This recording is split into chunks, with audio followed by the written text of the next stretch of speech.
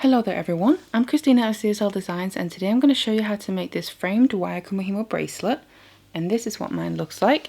So what we actually have here is we're creating two individual braids alongside each other, and then in the process of making them we're actually then adding in these beads as well. So the beads actually kind of get framed in by these individual braids on either side. Then the ends are finished off using these ribbon ends here to give it a nice professional finish, and then you can just attach whatever kind of clasp that you want to. Mine then looks a little something like this on. So you can see because of the braid we have on either side there, it really makes those beads in the middle stand out nicely. And you can obviously achieve very different looks depending on what materials that you choose to combine. So if you like wire kumihimo designs like this, make sure you also check out my book. So I'm going to leave links in the description box below to where you can find it. Otherwise, if you want to learn how to make this bracelet, then keep watching. So these are the materials that we're going to need. Now I'm using my square kumihimo just because it is a flat braid structure that we're making. And as for the beads, we need some 6mm rounds. Now the ones I'm using here specifically are some purple coated hematite gemstone rounds. I'm using these because what we got to make sure of is that the wire that we're using, we can have two lengths going through the holes in the beads there. And I know these will, and also they're nice and strong. Obviously you can use whatever you want to, just make sure of those things. Now if you do struggle to find beads we can get two lengths of wire through and they're still also nice and strong, I highly recommend checking out hematite gemstone beads because I find they work really well. Now to finish off the ends of the braid, I'm using these ribbon ends here, so we can really get rid of all those wire ends in the braids and also gives a nice professional finish. Well, we can then attach our findings, so I'm using a lot of claw clasp and extender chain and then some jump rings to put it all together. Obviously you can choose whatever kind of clasp that you want to. Now what I am going to do is put the material list down in the description box below the video there so you can check that out, and I'm also going to put some links, especially if you want to check out those beads here that I'm using. You can easily find them down there. So the final thing we're going to need is of course our wire here. So what I'm using is a 0.6mm regular round copper wire, and make sure as well that you're using a soft wire to make the braid structure with. So let's get all the materials ready and let's get started. Then we need some lengths of our wire. So what I have here is 16 lengths of about 40 centimeters each, and I made sure to then put the ends together so they're even. So then put some insulation tape around all the wires there, and then about the very ends of them back on themselves to stop them pulling through the tape. We then need to get a square kumihimo disc here and first of all attach all our wires onto the disc. So what I do is I take the taped end there and put it down through the hole in the center. Then from below I grab onto it with my other hand and just hold it right there in the hole, so the tape as well kind of goes towards the back wall of that hole and also just lies pretty flush against the top of the disc here.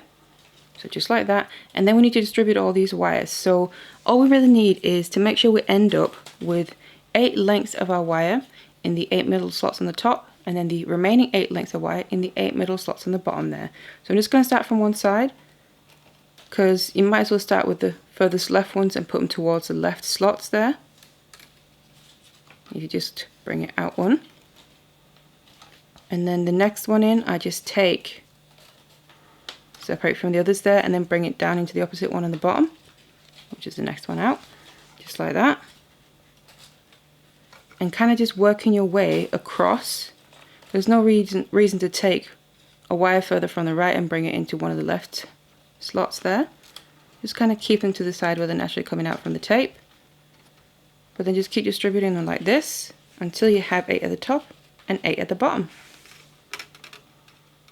Once you distributed all your wires now, we need to then start braiding. And the braid structure that we're going to be using is a variation of the cross kumihimo braid structure. Now normally for that you would take the 2 middle wires on the top there and then cross them over and out to either side, but instead of crossing them we're just going to bring them out to the side that they're already on. That's going to be the main structure really that we're going to use. So out of the top 2 middle ones there, I'm going to take the left one of those 2 middle ones on the top, just smooth it out nicely. And also as I'm working with braid, by the way, I just want to mention I keep holding on to my braid underneath. Right now it's the taped part there. As the braid keeps growing I'm going to keep moving my hand up the braid so I keep it right underneath the hole in the disc there. For most control I find that works the best. But then I take that left of the 2 middle ones, and then in the middle I just kind of press it down and then bring it out to the left side, just into that slot straight out to the side. Then I take the right one of those 2 middle ones, smooth it out, and then bring it out to the right side of the disc. Then what we need to do now is move all the remaining wires, so the bottom and the top ones. So imagine that you have a line down through the center of your disc there, and you kind of have a left side and a right side. I'm just going to start with one side at a time. I'm just going to start with my left side. It doesn't matter which one you start with, because we're going to do both of them anyway. So if you're looking at the bottom side of the disc, we have also 2 middle wires. I'm going to take the left one just because I'm starting on the left side. Take that one first. We need to bring it over the middle of the disc, so over that hole, and also over the wire that we brought out to the side. And I like to use my thumb to kind of press against it and do a rolling motion, and then bring it into the top slot. That's straight opposite it, so the left one out of those 2 empty ones in the middle. The next wire out, I release, I smooth it out, then I bring it down, and then here I use my index finger to kind of press against the middle and do a rolling motion, and then into the empty slot on the bottom. The next one out on this side, release that, bring it to the top, into the empty slot on the top, and we just keep going like this, moving one wire at a time, working our way all the way out towards the side of the disc. Grabbing the very next one, and the last one on the bottom here, release that, smooth it out, and then bring it to the top. Now I like to, the reason that I do that rolling motion is to get the braid as tight as possible, and also kind of gently press a little bit in towards the middle, just again to tighten up the braid. So that's that half. Now for the right side of the disc, we need to do the same. So I take the right one out of those 2 middle ones, start with the one on the bottom here, bring that up into the empty slot on the top, the next one out, release, smooth it out, then bring it to the bottom, using your index finger to press against in the middle.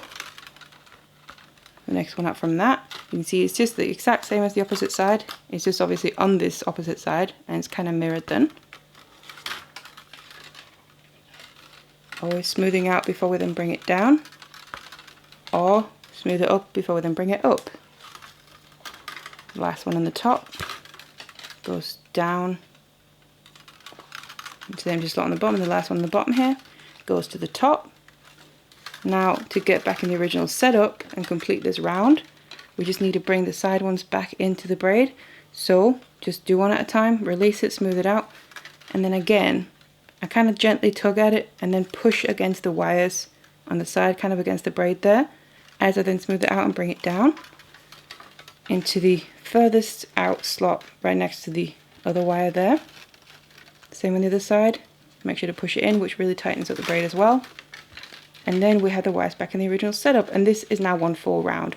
So you want to do a few rounds of these before we're going to start adding in any beads, because we need to get a little bit of braiding done that we can also use to then finish off with.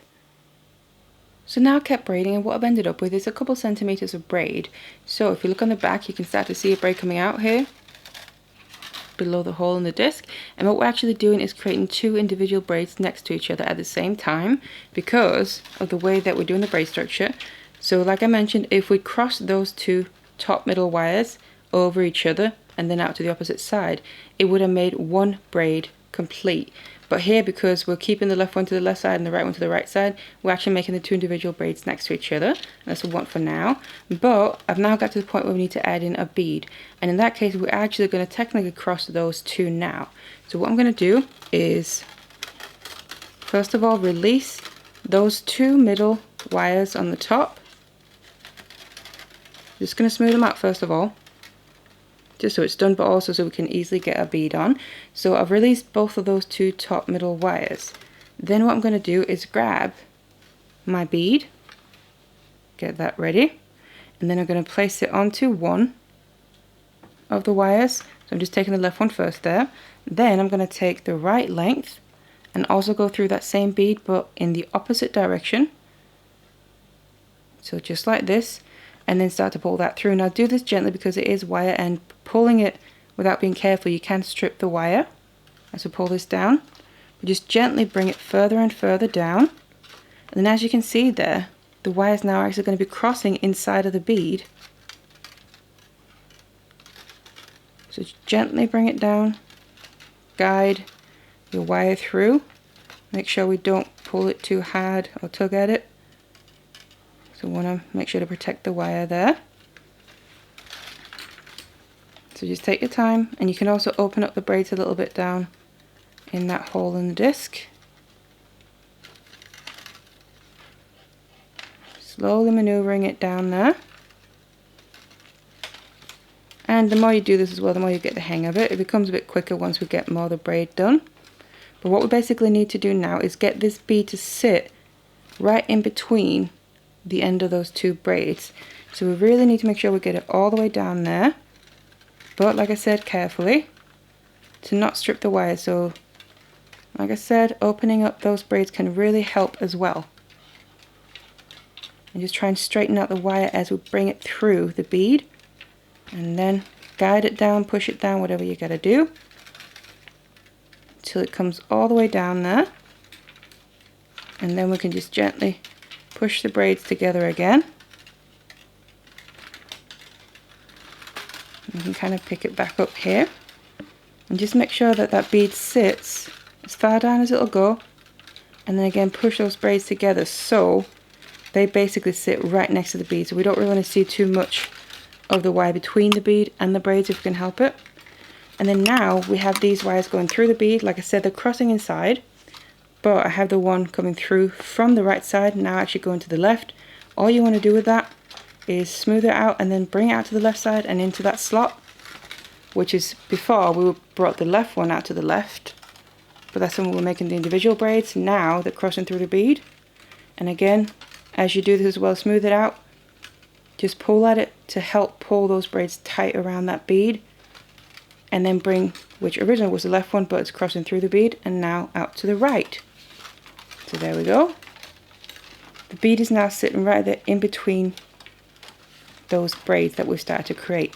Now what we want to do is continue braiding in the individual braids. So it's the same principle. I'm just going to start on one side at a time. Just take my left one first, bring that over. And we just treat this as if we did the other rounds, because the wire that's going out to the side, whether it's crossing through the bead or whether we're bringing it from the same side and out to the same side, doesn't really matter when we're crossing the top and the bottom ones here. So just go through all of these wires on the bottom and the top of the disc, one side at a time. As you can see here, I'm just starting with my left one. Like I said before, it doesn't matter what side you start with, but make sure you get this as tight as you can still, because we want this to be, the braids themselves to be as seamless as possible, and almost looking like the beads are floating between them in the middle. So like that. The last one on this side. And then go to the other side and do the same thing. Make sure you guide the wire here by using your fingers, pushing it around, doing that rolling motion. Smoothing it out every single time as well, so it's ready for the next movement.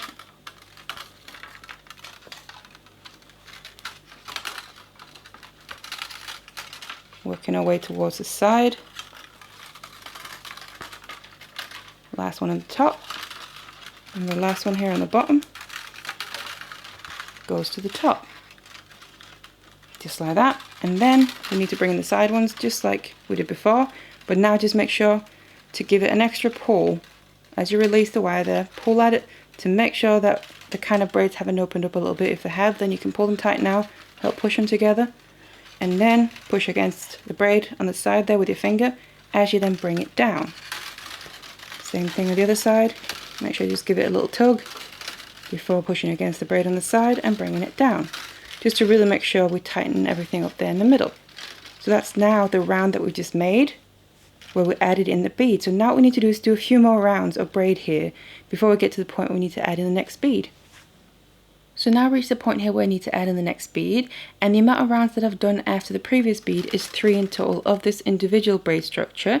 So where I take the left wire in the middle, 2 ones there, bring it to the left and the right one to the right, just how we did it in the beginning there. So making the 2 separate braids next to each other, and it's not including the round where we added the bead. It's 3 rounds after that I've then made, because now I have enough spacing to then add another bead in this round here.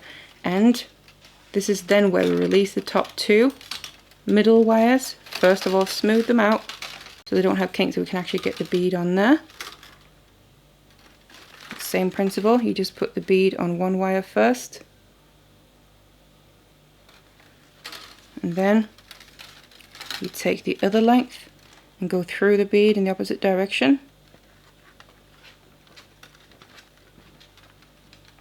Just like that here. And again, do this gently. Can just help a little bit sometimes, bringing it further down, and then just shaping your wire in position to help avoid stripping the wire by pulling it through the bead. And again, also, if you need to open up the braids a little bit from each other, obviously you can't open them too much because they are connected with the previous bead, but just so they're not too close though. Just gently get these wires further and further down. You can slowly see it's slowly getting all the way down there. Open up the braids a bit, gently pull your wires through. As this bead then gets pushed to sit in between the braids,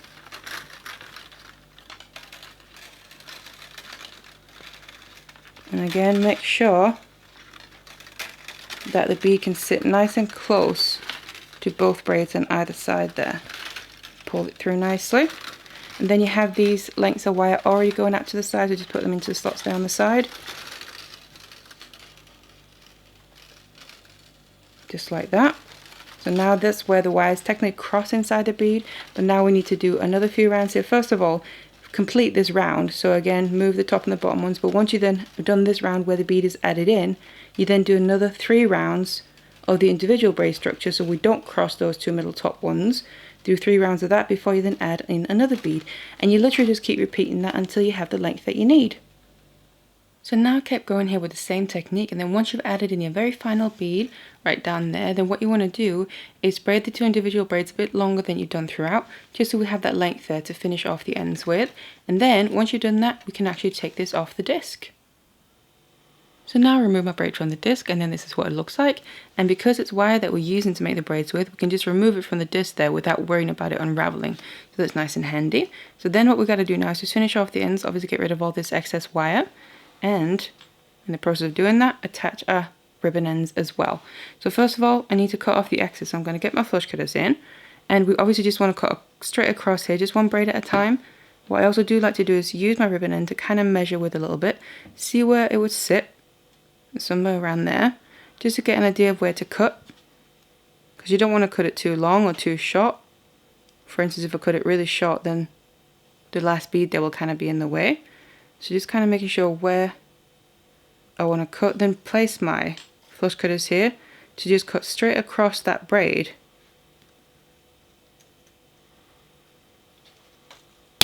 Just like that. And obviously do the other one as well. Kind of like to use the first one to measure from. So I put the back of my pliers against the cut that I've already done, and then I cut across the other one. So now I have this end cut and ready. So now what we've got to do is attach the actual ribbon end itself. So I get my ribbon end here, and what I also want to do is get some glue out. So I'm using the E6000 because it's nice and strong and it dries clear, and I find it works really well with metal here because obviously it's the ribbon end, but then we're also using wire. And I want to add a bit of this to really make it nice and durable. So I just use a toothpick to get a little bit on. Doesn't have to do too much because we're going to clamp this ribbon end down, so obviously if it's too much glue, it's just going to kind of come spilling out, and we don't need that. If it does, though, we can kind of just wipe it away, so it's no big deal. Then I want to place this inside of the ribbon end, up and down the walls, you could say. Make sure to kind of coat it nicely. Like I said, it doesn't have, you don't have to completely fill it up. It's literally just coating the sides, because then what I also like to do is add a bit of the glue also to the ends of my braid here. So either if you have a bit of excess on your toothpick there, or whatever you're using, or just get a little bit extra, just right on the bit that's basically going to go inside of the ribbon end, and just to get it right in between the wires there in the nooks and crannies, because then when we put the 2 pieces together, they're going to really adhere nicely and become nice and secure. So we don't have to go too far down, just something a little bit like that. And I then bring the 2 pieces together here, so I put the ribbon end on the end of the braids, Sits nicely like that, nice and straight. I like to then kind of hold the braid in my hand while having a finger on either end of the ribbon end there to help hold it in place as I then clamp it down. So I take some flat nose pliers and gradually clamp it down. I don't like to go into one place and just do a big squeeze because that can kind of push it out of shape. As you can see, kind of wants to move about a little bit. So I do it gradually until I feel like it's almost all the way down, and then I just take my fingers off, double check it that it still stays in the middle. If it hasn't, then obviously move it around if you need to. But then if you are happy with it, then you go in and do your final big squeeze. Make it nice and tight. And also I like to go in from the sides there and just kind of close them up a little bit. Now you can sometimes find that it might just move around a little bit more, but that's why we then put the glue in, and then once that dries it's going to become nice and secure. Now obviously you also want to finish off the other end. You just want to cut off the same length that you need, and then you might just need to open up the braids a little bit because right now they're kind of obviously coming close to each other, so just open them up and otherwise finish off this end in the exact same way. So now I've finished off both of the ends here, so I attached my ribbon ends, and I've also then attached my clasp to that end and extend the chain to the other one there. Then all that's left to do now really is shape this. So you can either shape this around something that has the size and shape you want it to have, like a bracelet mandrel or a mug or candle of some sort. But what I'm going to do as well, and you can easily do, is just use your hands and fingers. So you just want to start in one place and then basically gradually go in and put more and more of a curve into it. So don't go into one place and just do a big bend because that'll put it out of shape. But just go in and go basically from side to side like this. You can gradually slowly start to see a curve coming into the piece.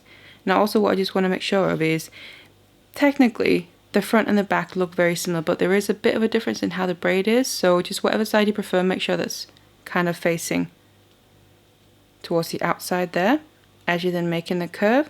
Just keep going back and forth like this until you have the two ends there with the clasp meeting up, and then we can start to use it.